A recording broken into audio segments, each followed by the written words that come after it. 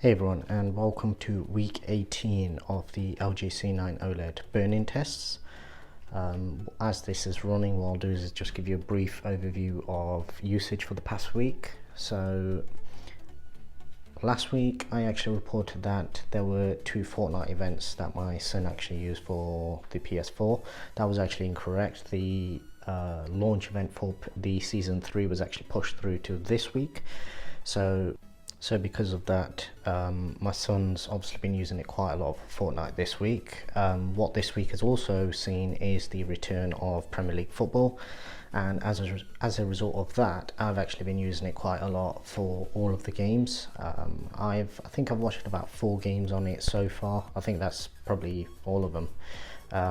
And obviously over the weekend I'm going to be using it a lot more because there are a lot of Premier League games coming up. When I was watching football, obviously, as I've mentioned in some of my previous videos, NBCSN is my preferred choice, and that usually has a very vivid logo in the top right, as well as the actual scorecard, which is in the top left.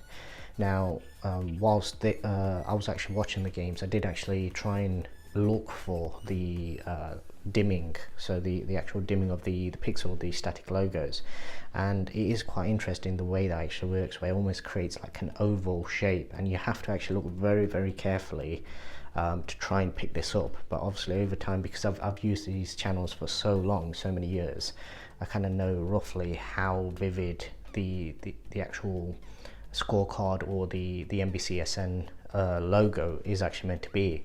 And for me personally, I've always found it distracting down the years.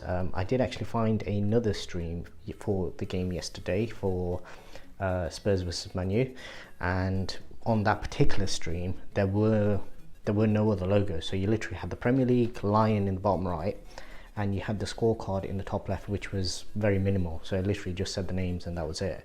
And I think that was actually on Spark Sports. It may not even be a real channel. I'm not sure if it is or not, but obviously that's why it comes up on IPTV as. And it probably wasn't as good as NBCSN. NBCSN actually plays in 60 FPS, whereas that plays in 50, but it was clear enough to the point where, and obviously the fact that that was actually a 1080p stream as opposed to 720p, which is what NBCSN actually broadcasts at. But obviously with all of that said, coming back to the actual topic of this video, as you can see from all of the videos so far, it's had heavy usage, heavy gaming usage throughout the time I've owned this set. It's at the start had very heavy usage in terms of sports, where you're going to have static logos prevalent throughout the game, so 90 minutes minimum. Then you've got your half-time and your full-time breaks in between, but then sometimes I do watch back-to-back games as well. So over the coming few weeks, especially over the coming few weeks, because of how condensed all the games are, what you will get is a good idea of how it actually deals with static images and burn-in mitigation, because there will be a lot of content that I'll be consuming that will actually contain those. Obviously the gaming side of things, because you're generally switching between games, if you die, obviously you've got to wait, you've got to go back into the menus, things like that. For me personally, I've actually found, I was always a little bit more worried about the sports events, where you've got 45 minutes straight of having a static logo on there. It's probably a bit easier for the TV to actually deal with that particular type of content as well, though.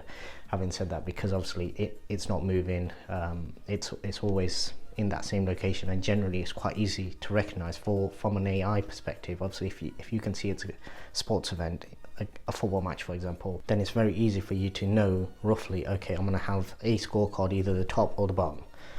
BT Sports used to do it at the bottom. Most of them generally do it top left, and then you're probably going to have some sort of branding either in the top right or the bottom right. Generally that's where they tend to put them, and some channels are better than others in terms of how over the top they go with their particular branding. NBCSN, as I mentioned, they've always had way more branding than you probably need to, whereas other channels, obviously they prefer the more minimalist look. So I mean, as this is running through, I think it did lose focus just in 1 or 2 places. I did try and get it back as soon as possible, but hopefully by the time this actually goes through, you should have already noticed that. Basically on this particular one, I didn't actually do any audio whilst recording. This is voiceover that I'm actually doing, and the reason for that was I wanted to actually concentrate on the panel itself and just make sure in the flesh essentially that there is nothing there, because a lot of the times the cameras can either not pick stuff up or it will overexpose and make things look worse than they actually are. So for example, if whenever you try and capture light bleed on LED panels, it always looks worse on pictures and in video than it actually looks in real life. However, obviously with this particular test, hopefully what you should be seeing is exactly what I saw, and that is the fact that it's just a clean panel. The other thing I did notice that it does seem to be cleaning itself up even more each time, so any banding generally tends to be disappearing, and it just seems a very clean panel, very little dirty screen effect at all.